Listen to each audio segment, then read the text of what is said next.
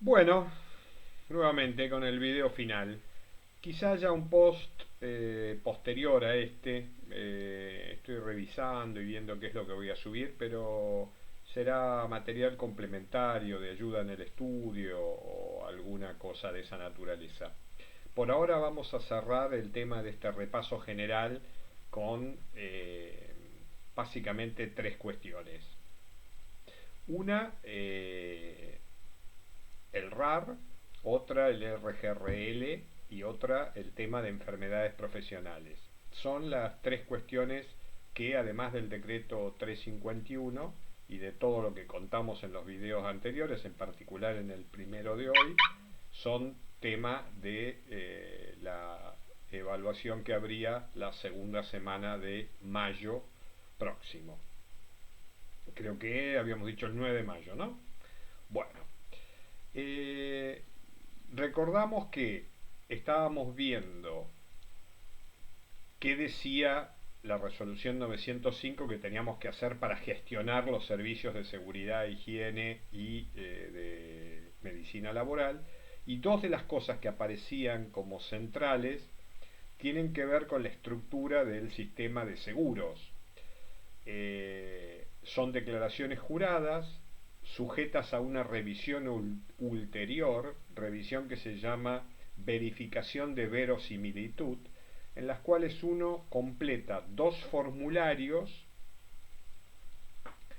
debe ser hecho anualmente. Hay una excepción para el formulario del RGRL que después la mencionaremos, pero digamos que dos formularios deben ser completados por año en carácter de declaración jurada.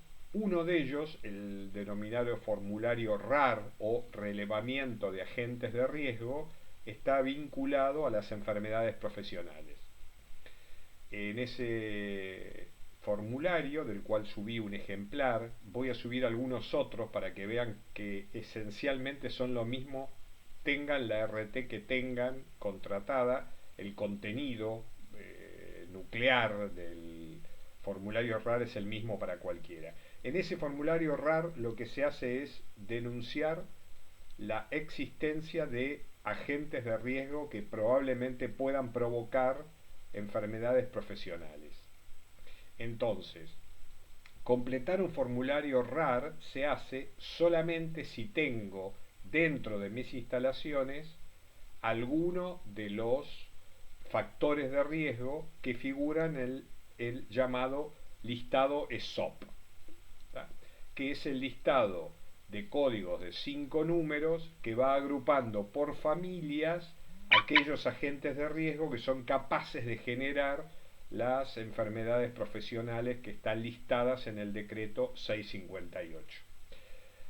Abro un paréntesis acá y recuerdo que omití comentar algo del decreto 659, que es correlativo temporalmente, no solo en número del anterior, y es el decreto que a nosotros solamente nos interesa en líneas generales saber de qué trata, y es el decreto en el cual se establecen las pautas valorativas, el cómo medir, cuánto medir de las incapacidades que podrían resultar de los agentes de riesgo que están presentes en el listado del decreto 658.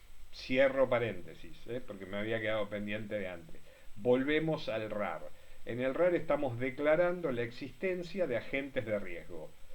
El RAR se completa todos los años, todos tenemos que completar el RAR, aún los que no tenemos agentes de riesgo, y porque entonces se presenta en blanco. Es una declaración jurada presentada en blanco. ¿Y qué es lo que estoy declarando si estoy presentando algo en blanco? Justamente, firman los apoderados, el gerente de la empresa, el médico, el responsable de seguridad y higiene, todos firman, no hace falta que firmen todos, pero se necesitan por lo menos dos firmas, lo dice ahí el instructivo, eh, para establecer que no tengo ninguno de esos agentes de riesgo. A la aseguradora le interesa saber si los tengo, porque tiene que ir haciendo sus previsiones sobre exámenes médicos, previsiones de capital para eventualmente pagar algo por alguna enfermedad o incapacidad que pudiera adquirirse por la existencia de esos agentes de riesgo. Así que la declaración jurada es anual, la deben hacer todos, pero aquel que no tiene los agentes de riesgo debe entregar el formulario en blanco, y firmado y cruzado y rayado, y hasta poniendo en algunos casos no tengo ningún agente de riesgo que declarar.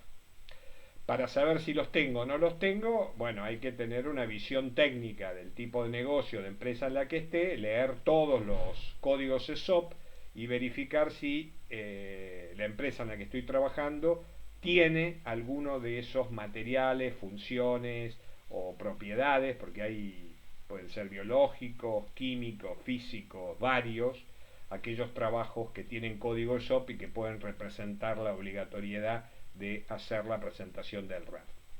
Voy al RGRL. ¿Qué es el RGRL? De la misma manera que el RAR estaba orientado a la declaración jurada de agentes de riesgo de enfermedades profesionales, el RGRL es un formulario que está fuertemente orientado a la declaración jurada de agentes de riesgo de accidentes, de probables causales de accidentes. Se usa en parte el RGRL para declarar alguna condición que puede estar vinculada a enfermedades profesionales, ¿sí? En el caso del RAR es 100% enfermedades profesionales. En el caso del RGRL, la mayoría del RGRL, pero no el 100%, está vinculado a agentes de riesgo que podríamos decir son estructurales de la empresa. Escaleras en mal estado, máquinas sin protecciones, trabajadores sin elementos de protección personal, que son causantes de, en la mayoría de los casos, accidentes laborales. Pero también hay algunas preguntas que claramente se refieren a accidentes laborales. Este tema de las preguntas es interesante. Hay 163 preguntas, 160 y pico decimos nosotros, porque puede cambiar, pero no más de 165, no menos de 161. Eso va a depender del tipo de empresa en la que estemos.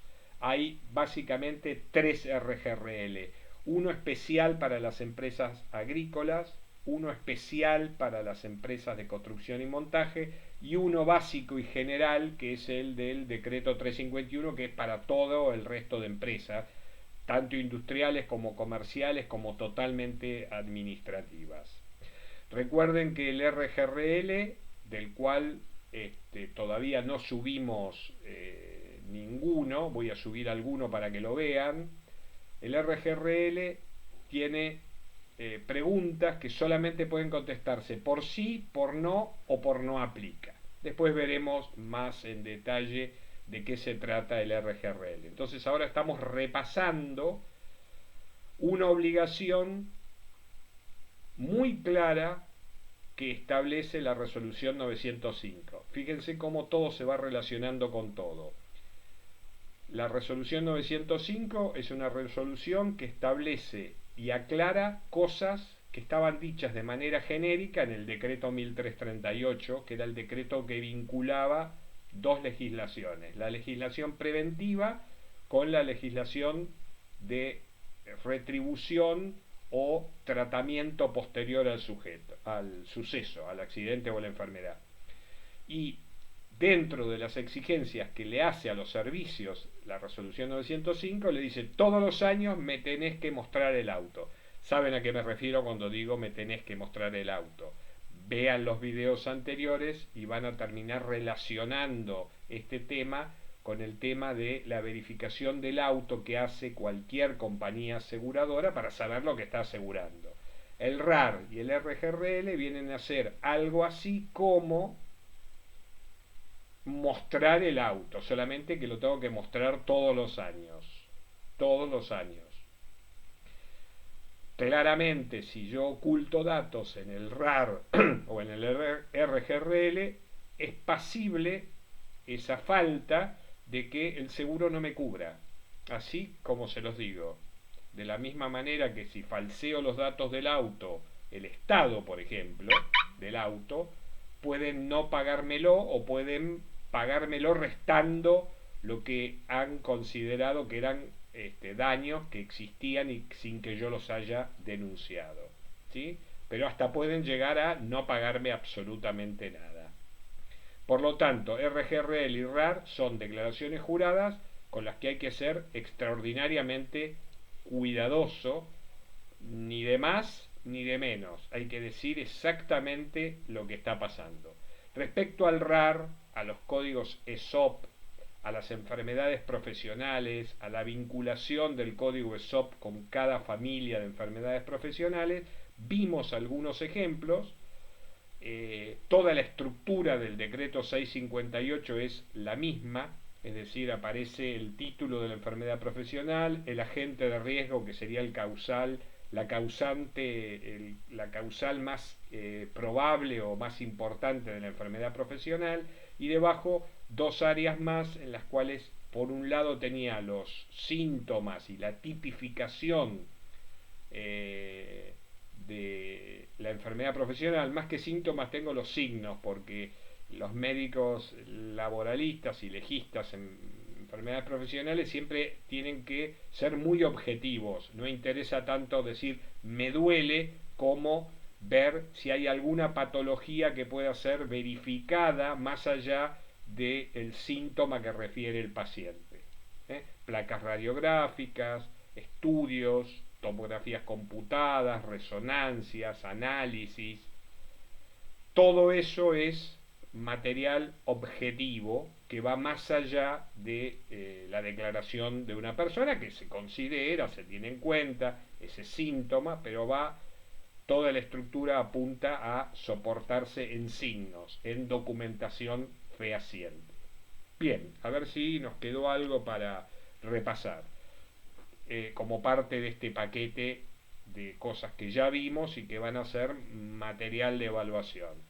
Estamos viendo, tenemos una idea general de qué es la 905, no vimos el detalle, lo vamos a ir viendo en la medida que vayamos viendo también el decreto 351, y sabemos y hemos entendido qué es el RAR, o deberíamos poder entender qué es el RAR, qué es el RGRL. Les subiré más formularios de ese tipo. Es un trámite, es una gestión que hay que hacer, pero que tiene un alto contenido técnico, ¿sí?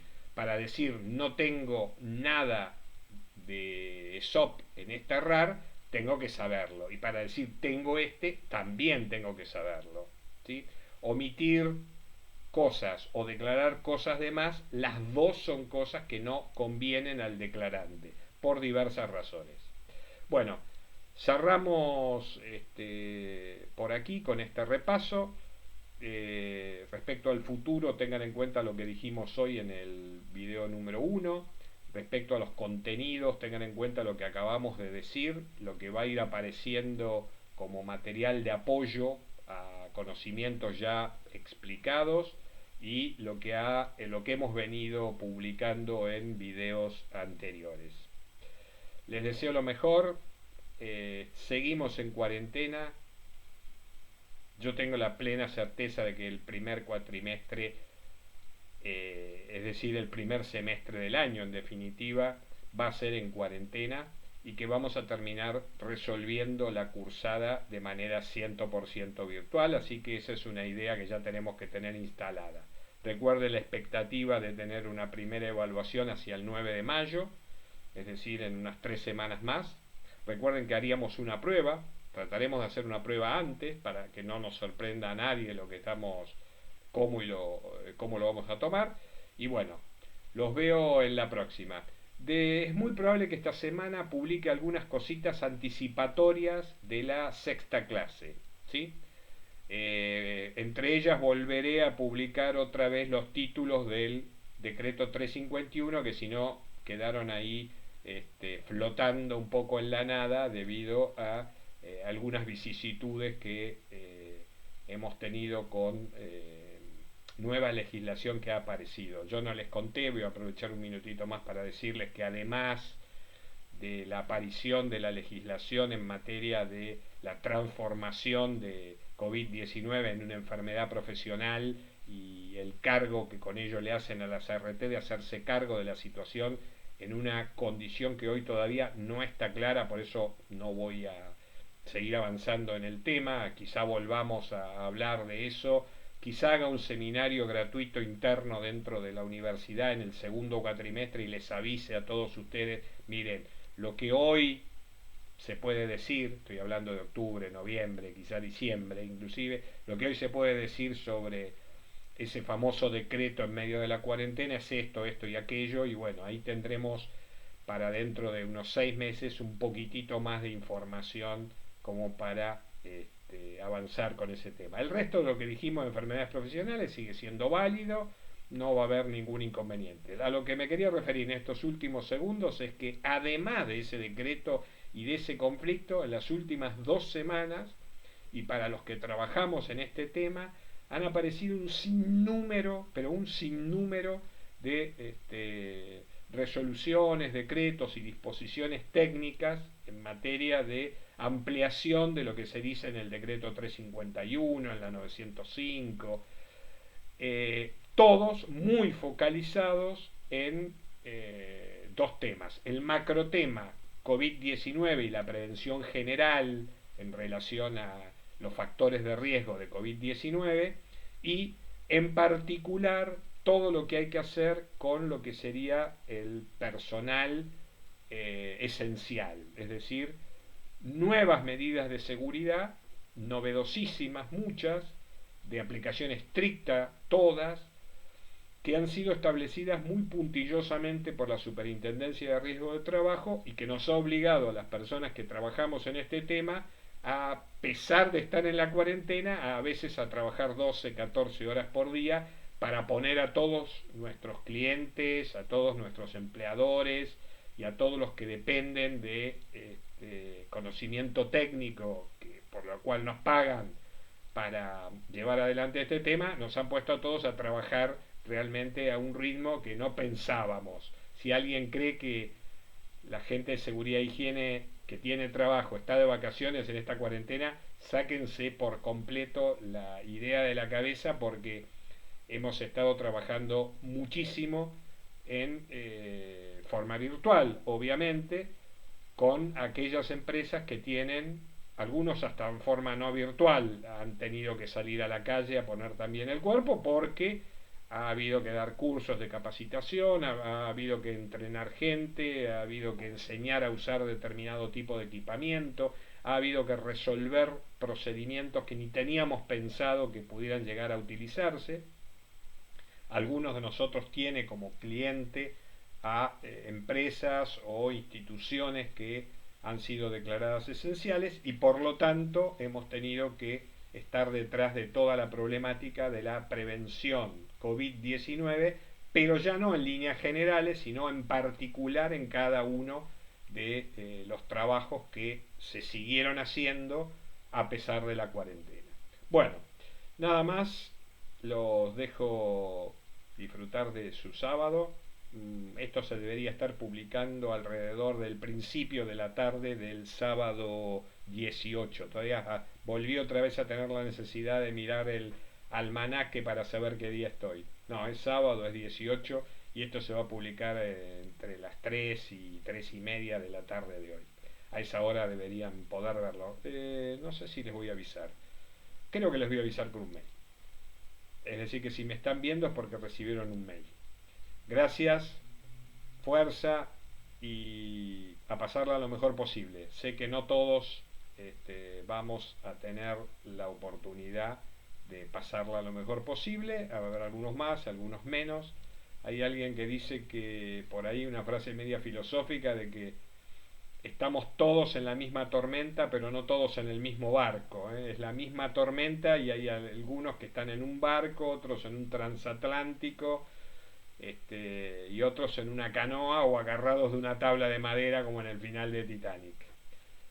Bueno, ponerle un poco de humor y de filosofía a esto que va a durar un tiempito más seguro. Gracias a todos.